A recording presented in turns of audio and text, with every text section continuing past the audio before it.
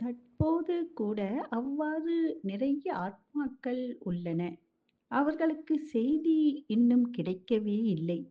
அப்படிப்பட்ட ஆத்மாக்களை சேவை மூலம் எழுப்பிக் கொண்டே இருங்கள். எப்படி நீங்கள் உற்சாகம், ஆர்வத்துடன் நிகழ்ச்சிகளை நடத்துகின்றீர்களோ, செய்தியை கொடுத்துக் கொண்டே இருக்கிறீர்களோ, அவ்வாறே மேலும் தைரியம் வைத்து மேலும் முன்னேறிக் கொண்டே செல்லுங்கள்.